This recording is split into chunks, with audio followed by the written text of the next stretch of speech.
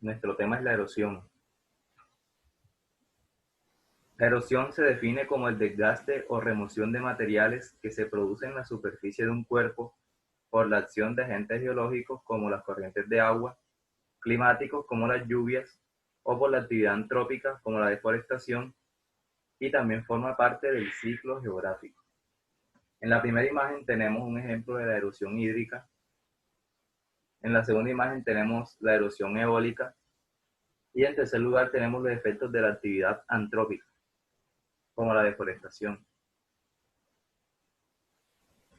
Existen casos en que la erosión ocurre de una manera acelerada por causa de las catástrofes naturales, lo que provoca la degradación del suelo con pérdida de materia orgánica y de minerales.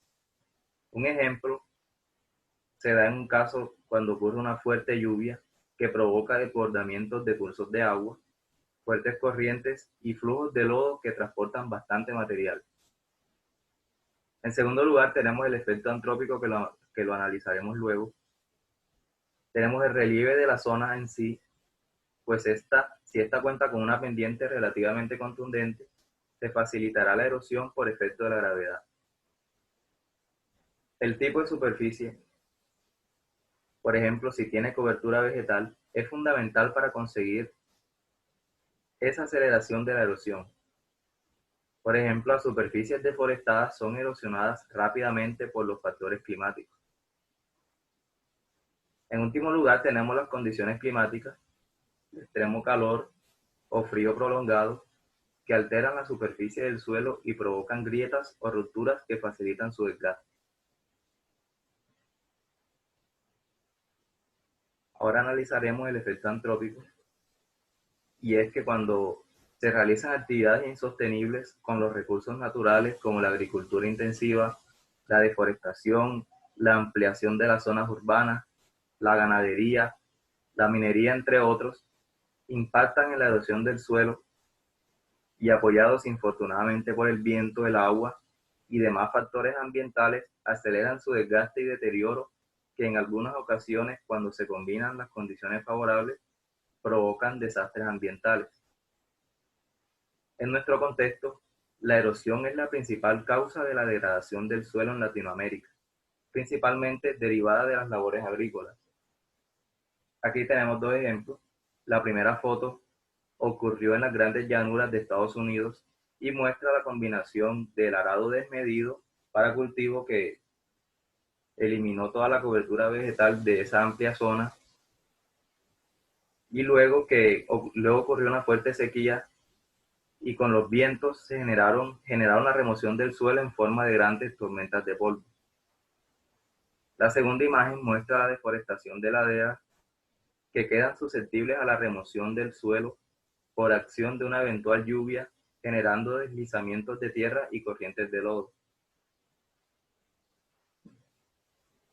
Los tipos de erosión tienen sus nombres dependiendo del factor que las provoca, y debido a su concepto debe ser de ser la remoción o desgaste de materiales en la superficie de un cuerpo. También debemos recordar los conceptos de meteorización. Entonces, generalizando, tenemos la erosión hídrica y eólica.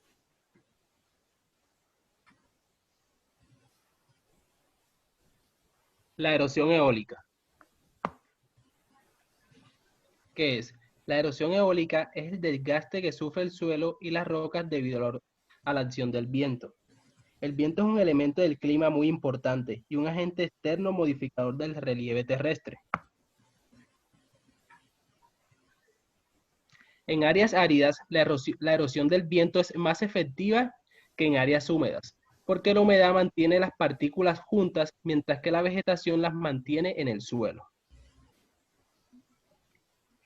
Para que el viento sea una erosión efectiva, la vegetación seca y escasa es un requisito previo, importante en este caso. El viento puede levantar, transportar y depositar grandes cantidades de sedimentos finos. Por lo tanto, la erosión eólica ocurre en áreas como desiertos, montañas. También tiene otra característica básica: la temperatura varía mucho. Esto hace que la roca se rompa y la erosión del viento es más efectiva. Ahora hablaremos de deflación, depresión de deflación y pavimento desértico. Un método de erosión eólica es la deflación, que consiste en levantar y mover materiales del suelo. A veces es muy difícil de ver, ya que la deflación se da sobre superficies muy extensas al mismo tiempo. Aquí podemos ver una imagen de antes de la deflación y después de la deflación. Se ha creado una depresión en la superficie.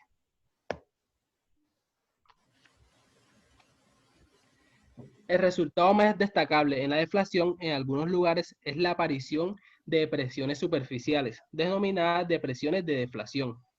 Aquí podemos ver en un desierto cómo hay una depresión de deflación que ha creado un lago y han aflorado pues plantas y árboles, ya que en esta parte no corre tanto el viento.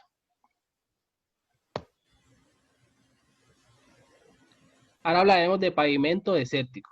Se da por la deflación. Es la reducción de la superficie eliminando arena y limo hasta que solo queda una capa continua de partículas gruesas. Después de la pavimentación desértico, este proceso puede llevar cientos de años. Sin embargo, dado que esta capa solo tiene un grosor muy pequeño, el paso de animales y carros pueden removerla y puede nuevamente producirse una erosión donde se levanten partículas de arena y limo.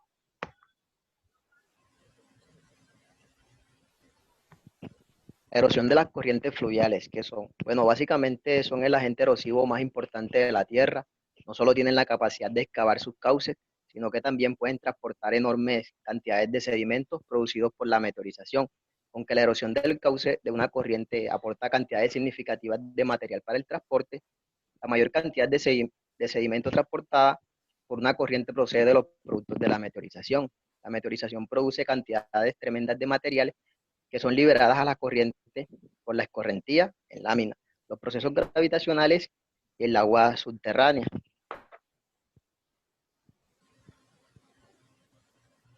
Se puede dar de dos maneras, como es la erosión superficial y la erosión de fondo de cauce. La erosión superficial se da cuando ocurre el flujo superficial del agua, el cual disuelve los materiales sólidos y las arcillas, exponiendo los materiales y depositando los disueltos en nuevas ubicaciones. Y la erosión de cauce, cuando ocurre por la acción mecánica del agua y de los materiales que ésta pueda arrastrar, como son los cantos rodados, los bloques o arenas disueltas en ellas. Todo esto impactando en el fondo del cauce.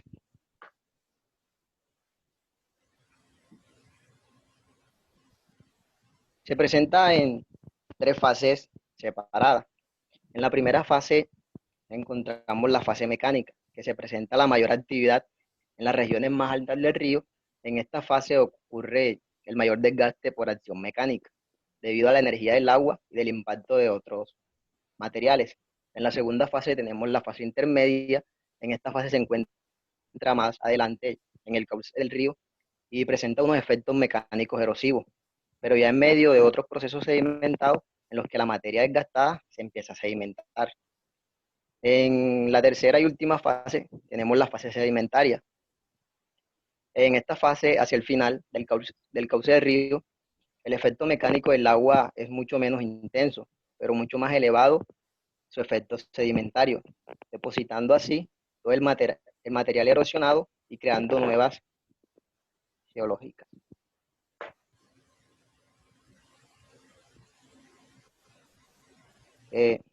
Además de esto, las corrientes transportan su carga de sedimento de tres maneras. Pues una en solución, que es la carga que se encuentra disuelta, la otra en suspensión, que es la carga suspendida, y por último, a lo largo del fondo del cauce, que es la carga de fondo. En nuestros rasgos geológicos, los más relevantes son las depresiones redondeadas conocidas como pilancones o marmitas de gigantes. Como podemos observar en nuestra imagen que se encuentra ubicada en la parte derecha, podemos observar las mamitas de gigantes. ¿Qué son estas mamitas? Simplemente son cavidades erosivas en los cauces de los ríos que se genera por la acción de las corrientes fluviales. Además de esto, el movimiento rotacional de la arena y los cantos rodados actúa como un taladro que hará los agujeros, desgastándolo hasta desaparecer. Estos se ven sustituidos por otros nuevos que continúan el taladro del lecho de la corriente para finalmente producir depresiones suaves de varios metros de diámetro, exactamente igual de profundas, como la podemos apreciar en la imagen que se encuentra situado en la parte izquierda.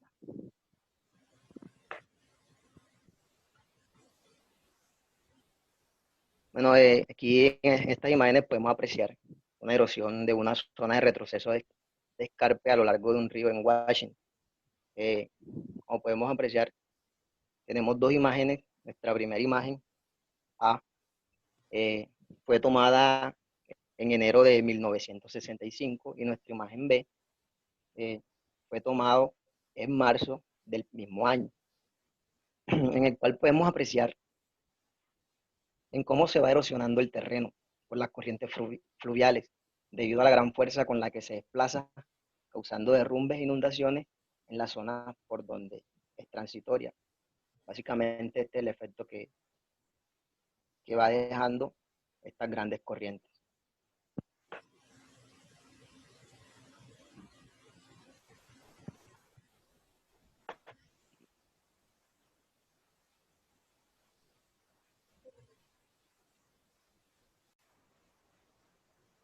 Cuando las olas chocan contra sedimentos poco asentados en los mar. El de abrasión se genera producto del cruzamiento del litoral de los fragmentos de rocas transportados por las olas y las mareas. Esta corrosión son por las sales presentes en el mar que disuelven muchos materiales, principalmente la roca caliza en su interior.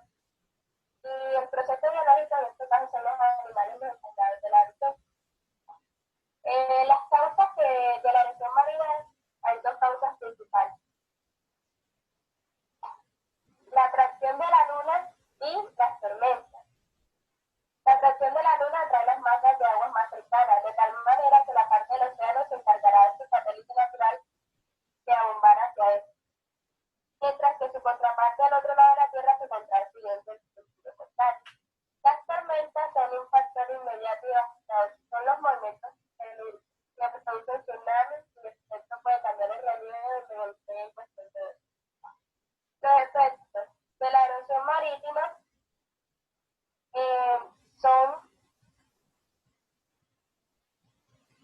los acantilados, que son pendientes rocosas o abruptas verticales. Las plataformas de abrasión, que son plataformas rocosas erosionadas que aparecen cuando la marea está en la mar. Los arcos marinos se forman cuando la erosión del mar hace énfasis a una zona particular de un acantilado. Los farallones son montículos rocosos que han sobrado de largos procesos de erosión. Las cuevas marinas son creadas al erosionarse del material de menor dureza a un acantilado.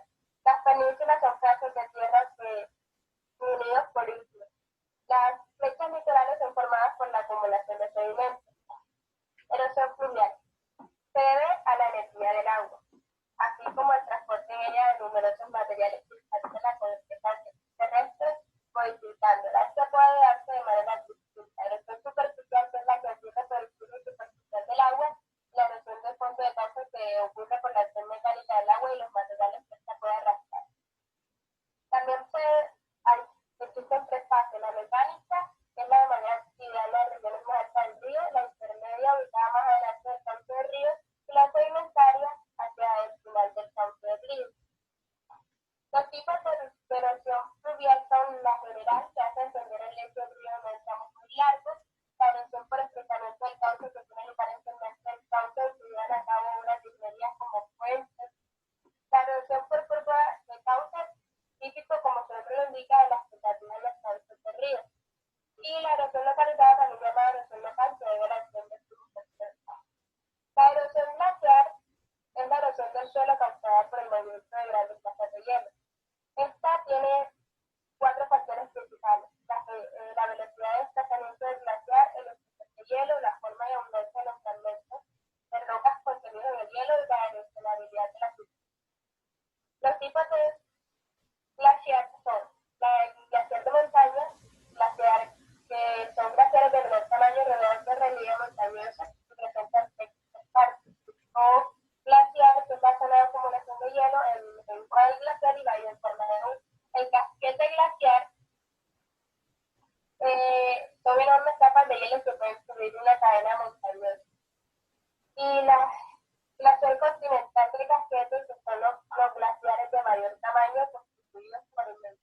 hielo que cubren grandes superficies.